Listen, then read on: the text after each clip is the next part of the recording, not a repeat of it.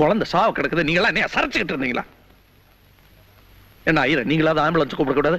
கூப்பிட்டோம், வரமாட்டாங்களாம். ஏன் வந்து சொன்னவன்? அது சேரி பக்கம். ஓஹோ, சரி பக்கம் வரமாட்டாங்களா? வரமாட்டாங்களாம். இல்ல, இது வரைக்கும் எங்க ஆம்புலன்ஸ் வந்ததே இல்லையா. என்ன வயசு குழந்தைக்கு? 1.5 வயசு.